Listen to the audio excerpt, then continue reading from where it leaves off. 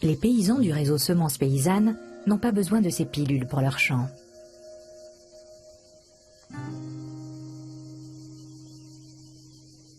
Pascal Pot est agriculteur dans les environs de Montpellier.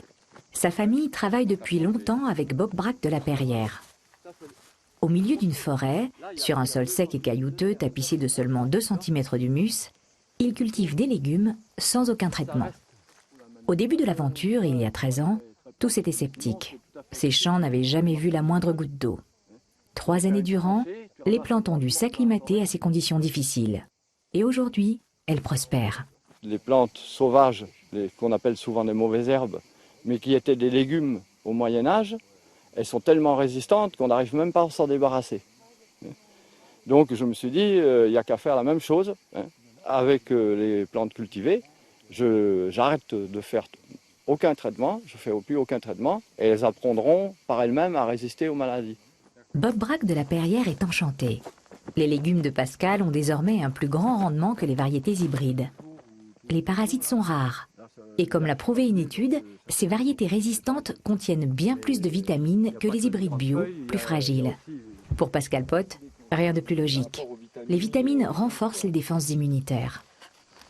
Je leur apprends à apprendre des nouvelles choses, de résister à des maladies, de pousser sans eau, ou le contraire, de pousser avec des excès d'eau. Voilà. Donc elles peuvent apprendre ça et le transmettre à leurs descendants et ça donne des possibilités en plus. Alors que toutes les autres sélections qui sont faites, c'est toujours par soustraction de possibilités. Ces variétés résistantes sont demandées dans toute la France et même en Afrique. Pas moins de 400 variétés de tomates différentes poussent dans les champs de l'agriculteur. Pascal Pot n'a pas déposé de demande de certification. Celle-ci reviendrait trop chère et n'aurait aucune chance d'aboutir. En revanche, il montre aux intéressés comment produire eux-mêmes des semences. Pour Bob Braque de la Perrière, ce projet permet aussi aux consommateurs de réapprendre que le bon et le sain vont de pair.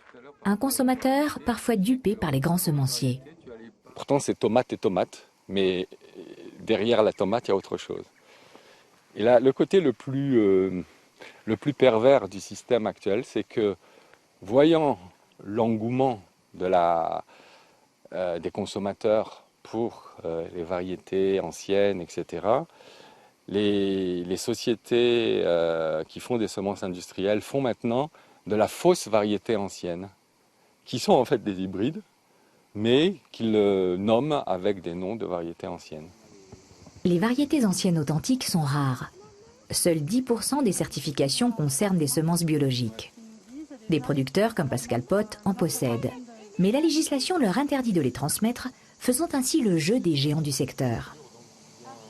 Tous les semenciers, ou presque, ont été rachetés par des multinationales qui fabriquent des produits phytosanitaires et des engrais. Leur intérêt, d'ailleurs, c'est de faire en sorte de faire des plantes qui aient besoin de traitement pour pouvoir vendre leurs produits. Ces mêmes gens, d'ailleurs, ils ont aussi racheté presque toutes les industries pharmaceutiques. Comme ça, ils font des semences de plantes qui sont maladives.